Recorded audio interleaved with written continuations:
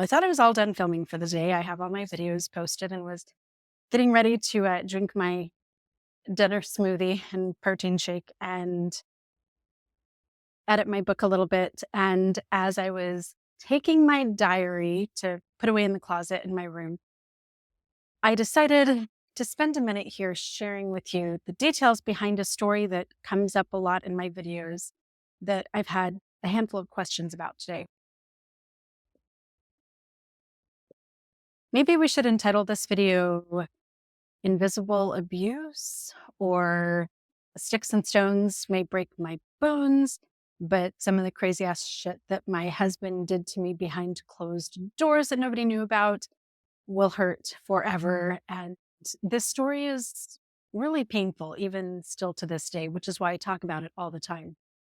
I married my Mormon returned missionary husband, who I hoped would be Prince Charming, but turned out not to be, in 1995 when I was a 20-year-old girl. And we were living in Arizona. We had our own little apartment up in Scottsdale by Camelback Mountain. We were in the Camel View Ward. And my calling in the church was the first counselor in the Young Women's Presidency. And that year, I was asked to go to girls' camp. Um, I had mixed emotions about going to girls' camp. I was working full time and it was hard for me to take off like the 7 days or whatever and go to girls' camp. And I didn't really want to camp, but I knew the Heavenly Father wanted me to be in the Young Women's Presidency, right? So off I went to girls' camp. And I remember getting to girls' camp. We were at Camp Lamaya, which was the camp that my grandma had been a Young Women's Presidency member and had taken girls to Camp Lamaya. And my mom had been a camper at Camp Lamaya growing up. So I was, I believe, third generation Camp Lamaya. So that was kind of fun and meaningful. And I remember once I got to camp and got settled into my bunk and, going about my day-to-day activities with my young women, feeling like I missed my husband. And I didn't realize, of course, at the time, I didn't have a therapist or any training into that narcissistic abuse cycle and how the absence definitely makes the trauma bonded heart grow fonder. So when he wasn't there to abuse me, I would lay in my little bed at night and think about all of the kind things that he did. And by the time I left camp at the end of the week, I was covered in mosquito bites. I was starving to death because none of the food was good. And I was more committed than ever to really doing everything that I could to be a good wife to this man that just a year before I had promised in the temple to love forever. So after a week up in the mountains of northern Arizona with my group of young women in our whole stake, I believe, we headed back home to my little apartment in Scottsdale. And not too long after I got inside, I think I probably just went into the master bedroom to set my suitcase down, and my husband was there somewhere. And I remember looking out our sliding glass door in our master bedroom. We had a little patio area out there and views of Camelback through the window. And we had this little like briquette barbecue grill that we would grill ribs and hamburgers and stuff on. And the lid of the grill was off and you could see ashes and pages and what looked like little bits of pictures. And like even today, this was 1995. This was almost 30 years ago. I was a 20-year-old girl at the time.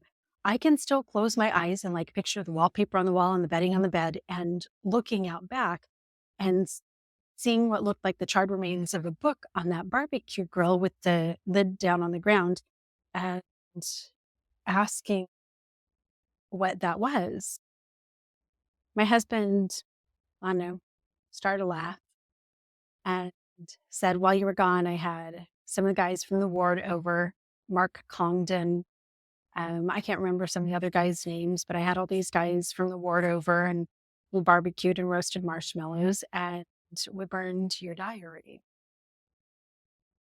When I was 8 years old and got baptized, my grandma bought me my first diary at the Mormon bookstore. It's called Deseret Book. And I was a prolific reader and writer, and I filled that diary in just a year or two. I wrote about my baptism. I wrote about the happenings at school. And then I went on to my second diary and I wrote sometimes daily. So I have, in the course of my lifetime, filled 12 diaries and then tons of notebooks and sketch pads and TikTok and Facebook and Instagram. And most of my diaries were exactly like this. My grandma would buy them every year at Deseret Book, and they'd have little scriptures, and she'd have my name engraven on them. And I had a diary that I had had in our apartment that had been like my sophomore, junior, senior year in high school and a little bit of college. And just like this diary, inside the front cover, this was kind of like a scrapbook for me. I would keep photos. So I had um, pictures of the guy I went to prom with and pictures of me and some of my boyfriends, and then just pictures of me on the cheer team and things like that. And of course, I would keep little mementos like cards and tickets to dances and, all kinds of things like that. And then the pages that I wrote the happenings of my life on. Before I met my husband, I had fallen in love at Rick's College as an 18-year-old girl and gotten engaged. And we had spent a year and a half together. And then I had sent him off on his Mormon mission, planning to marry him as soon as he got home. But then I met Jake instead. And that diary contained the whole relationship with Ryan. It also contained stacks of letters that he had sent me from his mission, photos of us together, all kinds of little mementos, a ticket to a dance, things like that. And while I was off at girls' camp that week, Jake had decided that he was so bothered by this diary that he was going to destroy it. And he did.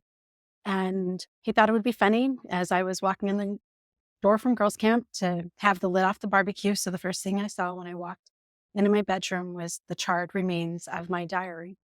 And I remember just the utter shock. Like, I couldn't speak, I couldn't scream, I couldn't cry. The time that I spent writing, like, let me just show you one of these pages with this immaculate handwriting, journaling out every detail of years of my life, keeping every little memento, every award that I had won, every report card. Everything was in that diary, along with some pictures of some boys that my husband thought were problematic for me to. This was 30 years ago, so of course I don't remember like the conversation or what I said to him.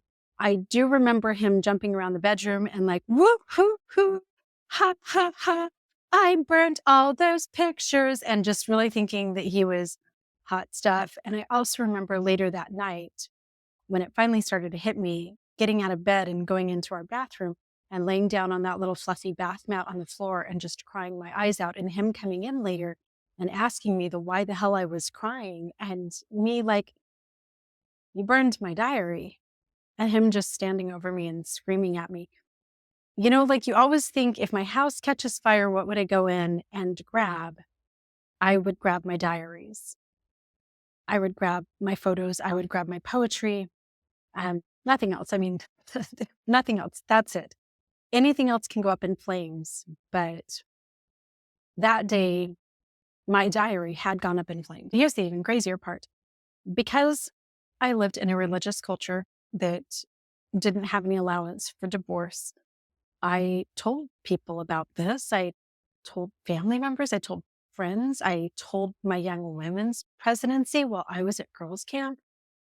Jake and Mark Congdon and some of these other guys burned my diary and all of my photos and everything in it. And nobody cared. Here's the interesting thing. In the 24 years that I spent in domestic violence, never once have I ever felt like I needed to talk to my therapist about the bruises and any of the physical violence. But I will be in therapy for the rest of my life for this diary being burned. I can't get over it. It's the domestic terrorism, the emotional abuse, the coercion, manipulation, and neglect that hurts the worst. And everybody just thought it was so funny.